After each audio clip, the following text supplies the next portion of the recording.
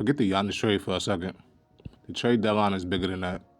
It's exposing how badly this front office has mismanaged assets.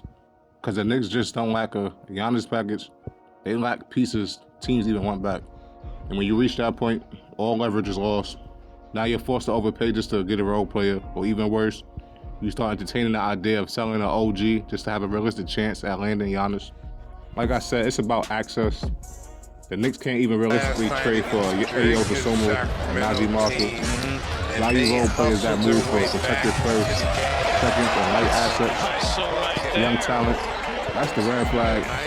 Those guys aren't stars, they're margin moves. If you can't win at the margins, you don't have an asset base, you just have a roster. Yeah, let me say this before I forget.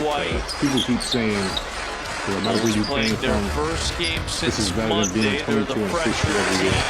That's not analysis, that's nostalgia as a shield. Yes, the Knicks been bad. Yes, they're competent now. But so what? Once we trade picks, sign win-now contracts, commit to contention, the standard changes, you don't get to keep grading yourself on the turf after you spend flexibility. Competition is step one. It's not the goal. Leon Rose, in my opinion, really did one real thing right. He done lost his grade. I'll give credit where it's due. The only move Leon Rose made that I fully agreed with, then and now, was trading for OG Anunoby that he could have got some pushback for.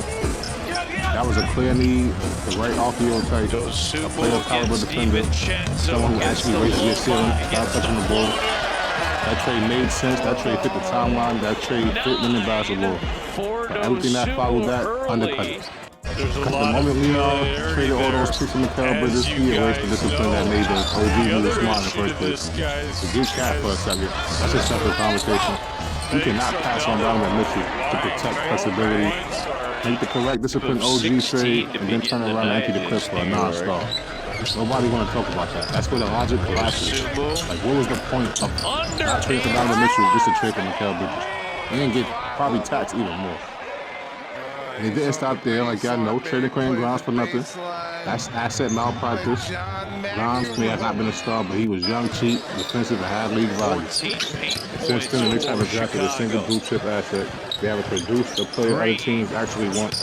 They drafted safe, low upside, project players who save money, that don't move market. That's why today they can't compete for Giannis. They can't even trade for an Ayo or a Najee Marshall type of player. They can't win on no margins without overpaying. It's like drafting is huge for a team like this to create surplus value, and the Knicks haven't done that.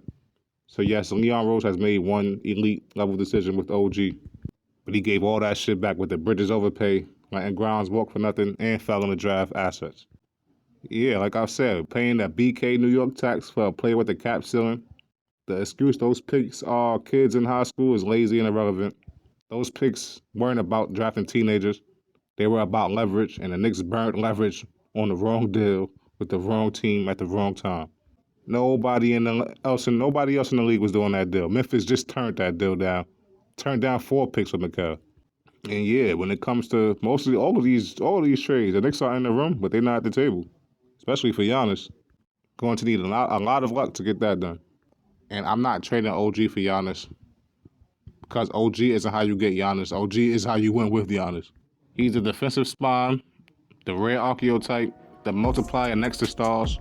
Trading OG to get Giannis defeats the purpose of getting Giannis, in my opinion. Keep OG to win, not to negotiate. So yeah, after all of this, the Knicks don't get Giannis, and they wind up sticking it out with this core, and they don't win the championship. It's time to start looking at Leon Rose. I may not fire him the way the season ends, but it's looking like this roster is stuck right now. So I'll give him one more chance to reshape the core, move Cat or Bridges, reopen the flexibility, rebuild assets. But if after that reshape the Knicks still don't look like a championship team for real, and still can't maneuver, then it's time to level up the front office, just like it was time to level up from Tibbs. I ain't with being stuck. This isn't about being grateful. I don't give a fuck. This isn't about blowing it up. This isn't about chasing headlines. It's about standards. Being better than rock bottom is not success. It's the entry fee. And if the Knicks want to stop being good and start being real contenders, they have to stop defending these past decisions and start confronting what those decisions cost them.